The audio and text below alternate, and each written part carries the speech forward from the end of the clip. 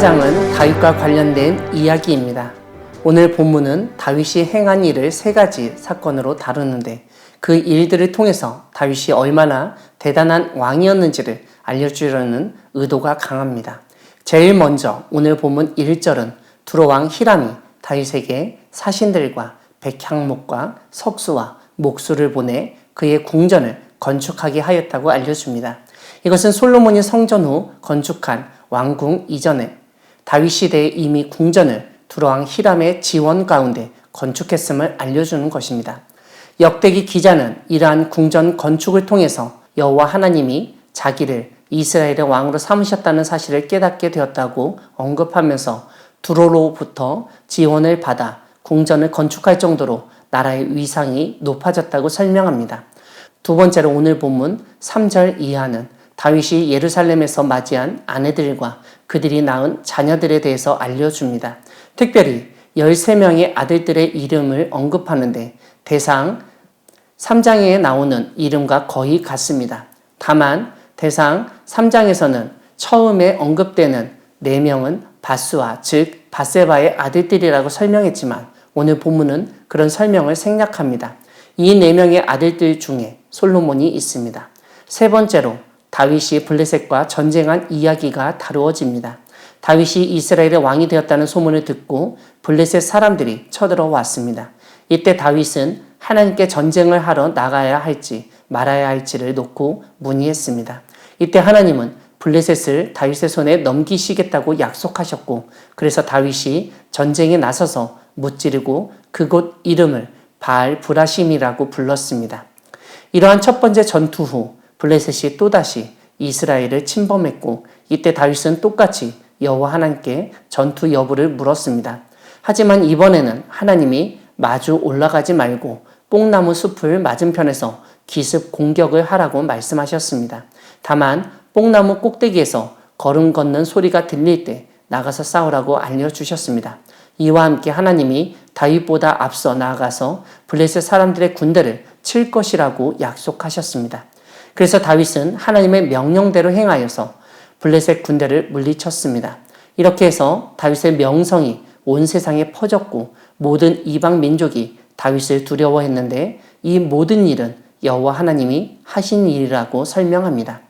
사랑하는 광야교회 성도 여러분, 하나님은 다윗을 왕으로 세우시어 나라가 높이 들림을 받게 하시고 무엇보다 다윗의 명성을 온 세상에 퍼지게 하시고 이방 민족들이 두려워하도록 만드셨던 분이십니다.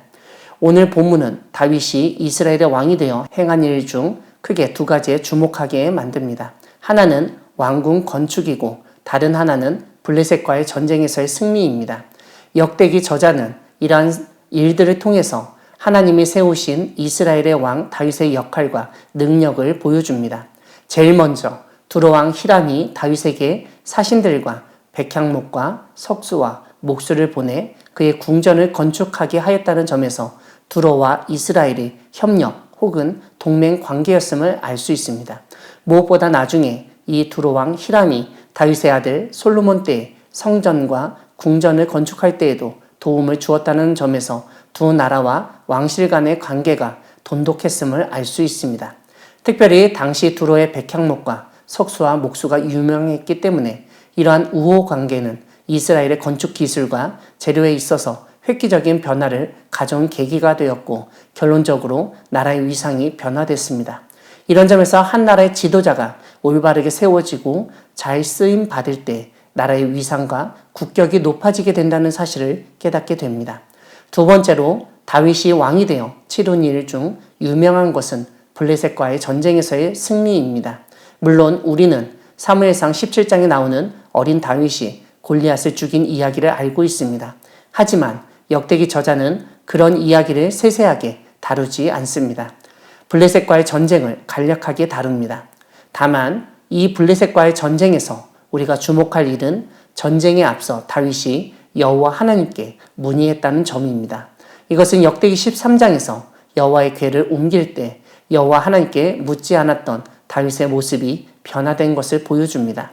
다윗은 베레스 우사 사건 이후 철저하게 무슨 일을 하든지 그 전에 여호와 하나님께 문의해야 하는 것을 깨닫고 먼저 하나님의 말씀을 듣고 행동했던 것으로 여겨집니다. 이렇게 하나님의 말씀을 먼저 들으려 하고 문의할 때 하나님은 그런 다윗에게 전쟁 전략을 미리 알려주시고 승리하도록 인도해 주셨습니다. 이런 점에서 우리는 인생에 있어서 중요한 고비마다, 아니 매 순간마다 하나님에게 문의하고 기도하며 나아가야 함을 깨닫게 됩니다. 하나님은 우리가 질문할 때 답해 주시는 분이시며 선한 길로 인도하시는 분이십니다. 하나님은 이렇게 여호와 하나님께 문의했던 다윗의 명성을 높이시고 온 민족과 나라가 그 이름을 두려워하게 만드셨습니다. 내 힘이 아니라 여호와 하나님의 뜻을 먼저 살피고 하나님이 원하시고 알려주시는 방법에 따라 일을 해나갈 때 하나님은 우리의 이름도 높여주시고 주변 사람들이 인정하게 만들어 주실 것입니다.